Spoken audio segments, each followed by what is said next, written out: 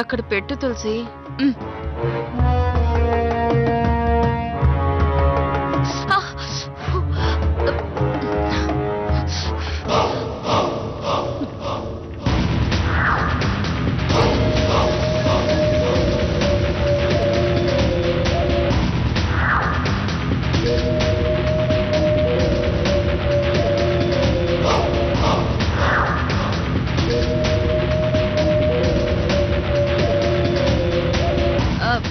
తాగండి వదిన గారు.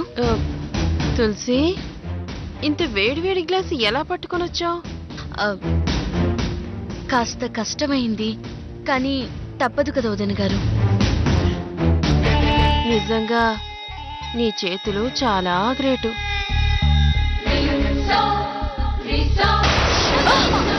వదిన గారు జాగ్రత్త, కాలుతుంది.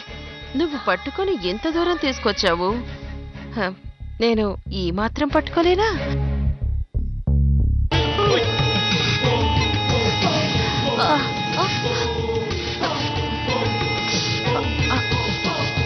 తులసి, నీ చేతులు ఎంత రఫ్గున్నాయో.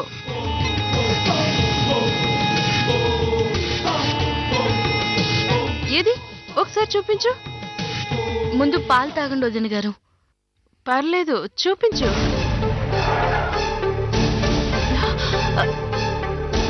అవి చేతిలో ఇనపరాడ్లో చూడాలిగా, చూపించు.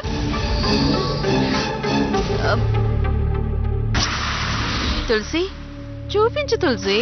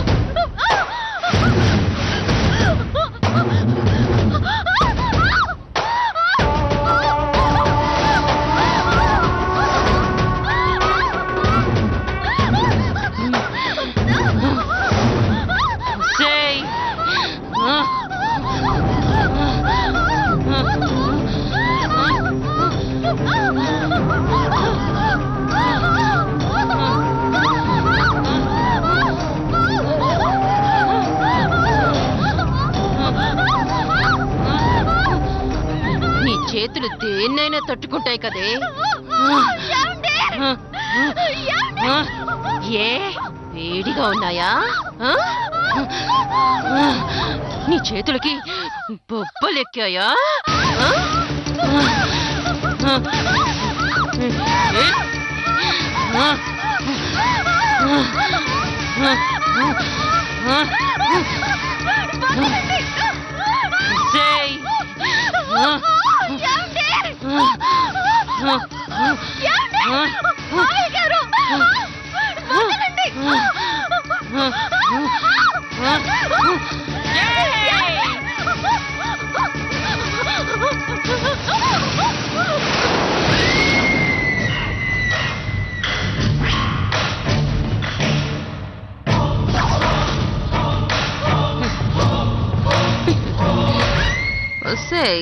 ఇది జస్ట్ శాంపుల్ మాత్రమేనే.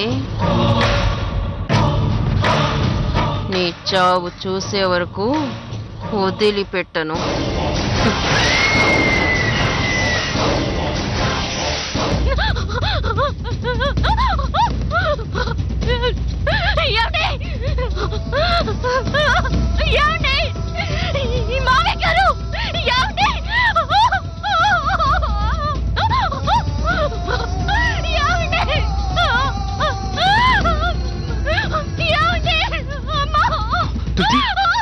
తులసి తులసి ఏమైంది తులసి ఏమైంది తులసి అమ్మా, తులసి ఏమైందమ్మా? ఏంటమ్మా తులసి ఏమైంది? ఏమైంది ఏమైంది తులసి? ఏమిట్రా?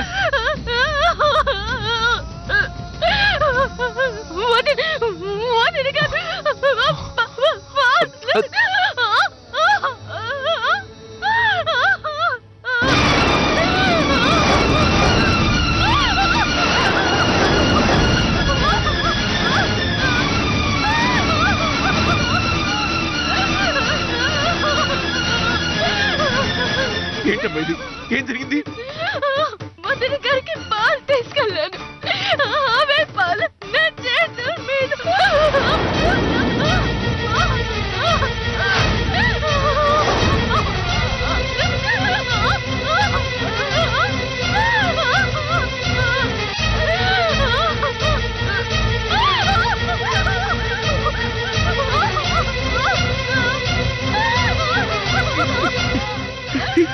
ఎంత ఘోరం జరిగిపోయిందమ్మా.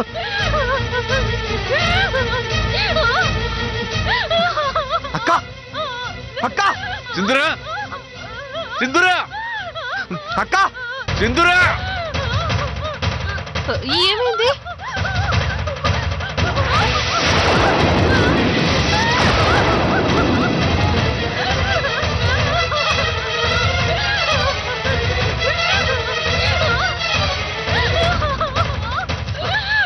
ఏమైంది?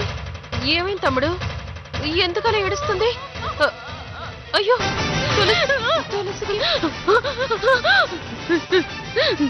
తులసికి ఏమైంది?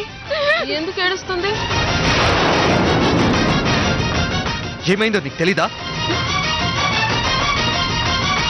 అదేంట్రా అలా అంటావు? నాకేం తెలుసు?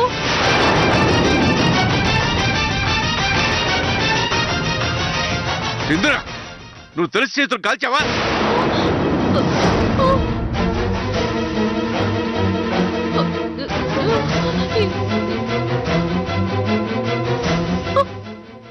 ఏమంటున్నారు నాన్నగారు? చూడు చూడు, తులసి చేతులు ఎలా బొబ్బలెక్కాయో.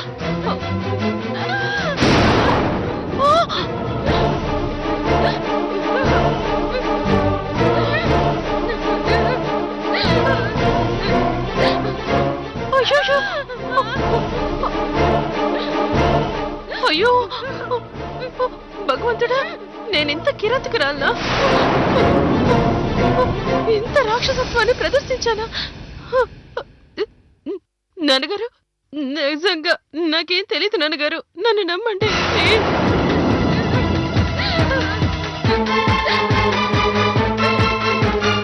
తులసి, సత్య ప్రమాణంగా చెప్తున్నాను, నీ మీద ఇంత ఆగాయిత్యం చేశానని నాకు నిజంగా తెలీదు.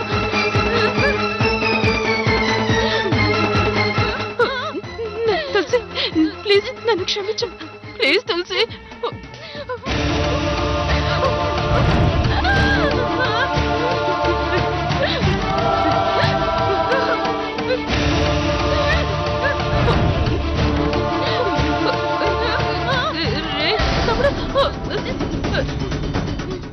నాన్నగారు, తమ్ముడు కోపం వచ్చినట్టుంది.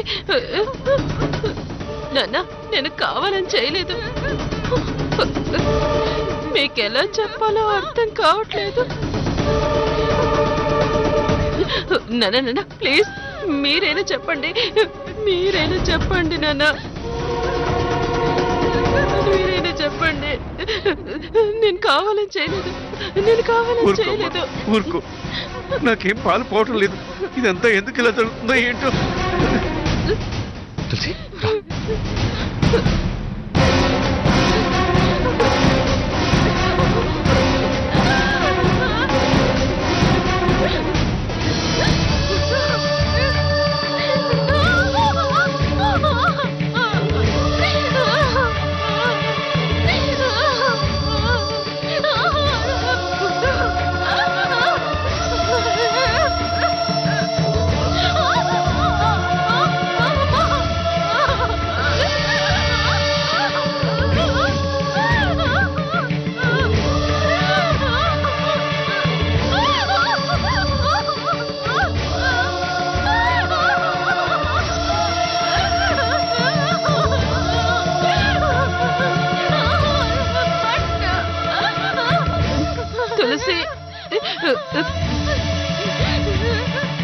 ప్లీజ్ తులసి, నేనెందుకు ఇలా చేస్తున్నానో అంత చిక్కట్లేదు.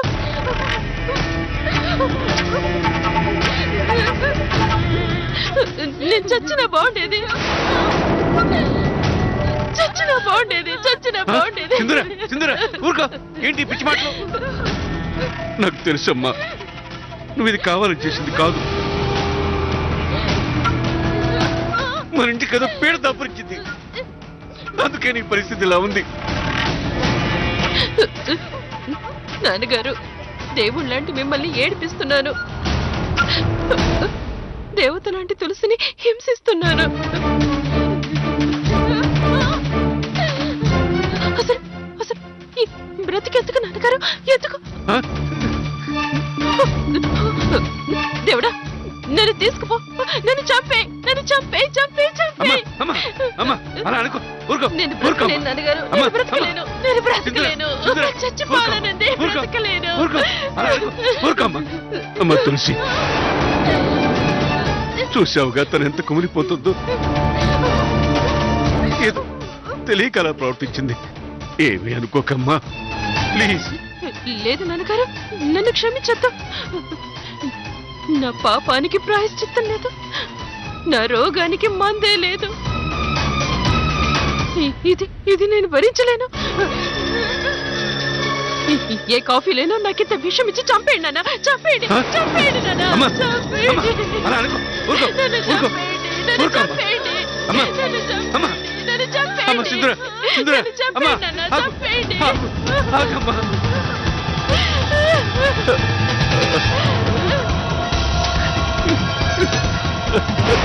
అయ్యో భగవంతుడా, ఈ ఇంటి మీద పిశాచి దృష్టి పడింది.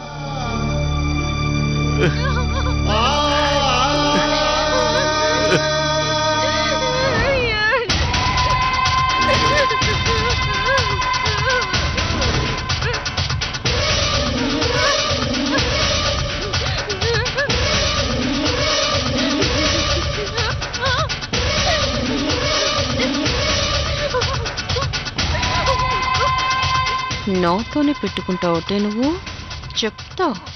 ముందు ముందు ఇంకా చూపిస్తా.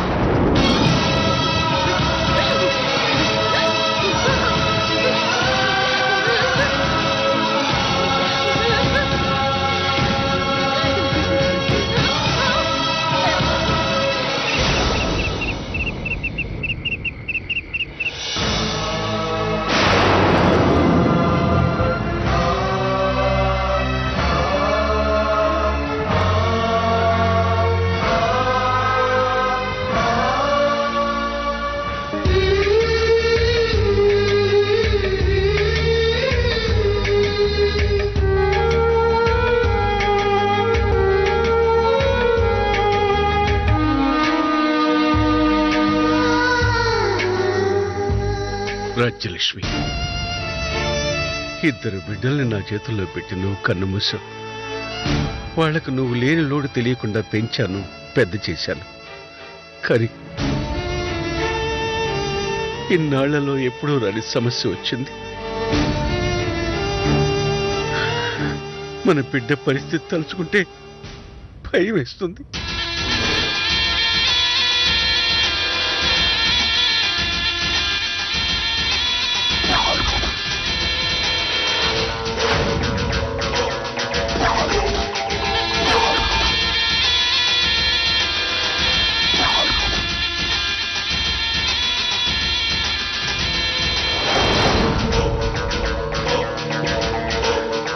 రాజ్యం, మన అమ్మాయి ఎందుకు ఇలా ప్రవర్తిస్తుందో అర్థం కావట్లేదు. అంత చిక్కని మానసిక వ్యాధి కుటుంబంలోనే కలకలం రేపుతోంది. తనకు తెలియకుండానే తను ఒక ఉన్మాదిలా మారిపోతుంది. క్షణంలో తేరుకుని తను చేస్తున్న దానికి పశ్చాత్తాపడుతూ కుమిలిపోతుంది. బిడ్డ అనుభవిస్తున్న బాధను చూస్తూ నేను తట్టుకోలేకపోతున్నాను. ముసలోడు తెగ ఫీల్ అయిపోతున్నాడు. అన్ని విషయాల్లో ముందుండి పెద్ద మనుషులను నడిపించే బిడ్డ పసిపిల్లలా ప్రవర్తిస్తోంది.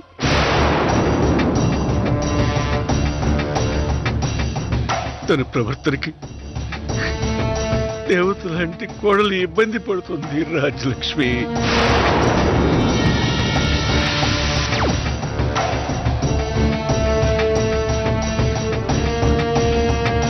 ఎందుకు ఆ భగవంతుడు నా బిడ్డకింత అన్యాయం చేస్తున్నాడు అర్థం కావటం లేదు.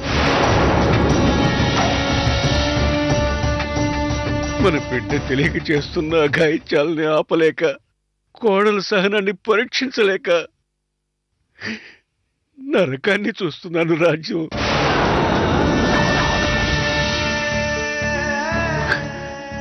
ఆ భగవంతుడు మన బిడ్డని ఎప్పుడు కరుణిస్తాడో, ఎప్పుడు తన మామూలు మనిషి అవుతుందోనని ఎదురు చూస్తున్నాను.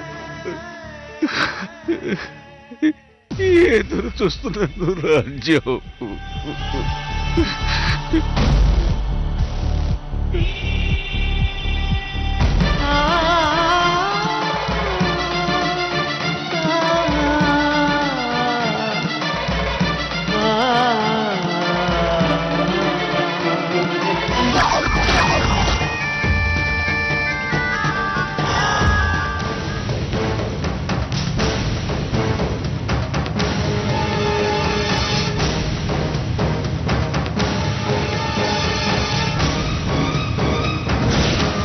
రే ముసలోడా, ఈ సింపతి కోసమేరా నేను వెయిట్ చేసింది. నీ అమాయకత్వమే నా ఆయుధం. మీరంతా ఈ భ్రమలో ఉండగానే మిమ్మల్ని కళ్ళున్న గుడ్డి వాళ్ళని చేసి నా చేతులకి మట్టి అంటకుండా ఒక్కొక్కరిని అడ్డు తొలగిస్తాను.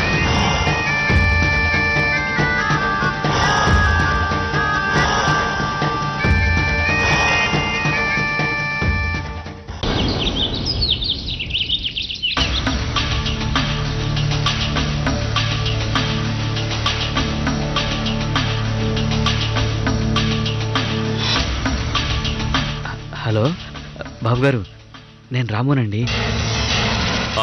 చెప్పు రాము, ఏంటి? మన ఇంట్లో మనం అనుకున్న దానికి విరుద్ధంగా జరుగుతుంది బాబు. ఏంటి రాము, ఏంటి నువ్వు అనేది? అవును బాబు, ఆ సింధూర తులసమ్మ గారిని హింసిస్తుంది. కావాలనే తులసమ్మ గారి మీద అఘాయిత్యానికి పాల్పడుతుందేమో అనిపిస్తుంది బాబు. ఆ సింధూరి ఏదో రోగం వచ్చిందల్లా విచిత్రంగా ప్రవర్తిస్తుంది బాబు. ఆవిడ ఆగడాలకి తులసమ్మ గారు బలైపోతారేమోనని భయం వేస్తుంది బాబు. మీరే ఏదో చెయ్యాలి బాబు గారు. మళ్ళీ ఎవరైనా చూస్తారేమో. ఉంటాను బాబు గారు, ఉంటాను. అలాగే రాము. ఏమండి, కాఫీ తీసుకోండి. నాకు ఇప్పుడేం వద్దు కల్పన, నేను ఇప్పుడే వస్తాను. ఏమండి, ఎక్కడికి? ఏం లేదు కల్పన, రాము ఫోన్ చేశాడు. ఆ సింధూర ఆగడానికి హద్దు లేకుండా పోతుందట. అవకాశం దొరికిన ప్రతిసారి అది అమ్మాయిని టార్గెట్ చేస్తుందట. ఆ రాక్షసిని మార్చేలోపు మన అమ్మాయికి ఏమైనా అవుతుందేమోనని అనుమానంగా ఉంది కల్పన. నేను ముందే అనుకున్నానండి, ఆ రాక్షసి లాంటిదేదో చేస్తుందని. అది మానవత్వం లేని మృగం. మీరంతా దాన్ని మార్చాలనుకున్నారు. ఇప్పుడు చూడండి. కల్పన, రాము చెప్పింది ఎంతవరకు నిజమో తెలియాలంటే ముందు నేను అక్కడికి వెళ్ళాలి. ఒకవేళ నేను ఊహించిందే నిజమైతే ఎవరడ్డొచ్చినా దాన్ని వదిలిపెట్టను. అంటే ఏం చేస్తారు? ఆవేశంలో దాన్ని చంపి మీరు హంతకులవుతారా? కల్పన, ఆ నీచురాల్ని చంపాలనుకుంటే నాకు క్షణకాలం చాలు. కానీ చంపడం నా లక్ష్యం కాదు. దాన్ని శాశ్వతంగా వాళ్ళ కుటుంబానికి దూరం చేయాలి. దాన్ని కటకటాల వెనక్కి పంపించి చిప్పకూడి తినిపించాలి. అప్పుడు కానీ అల్లుడు అమ్మాయి ప్రశాంతంగా ఉండరు. ఏమండి, మీరు పొరపాటు పడుతున్నారు.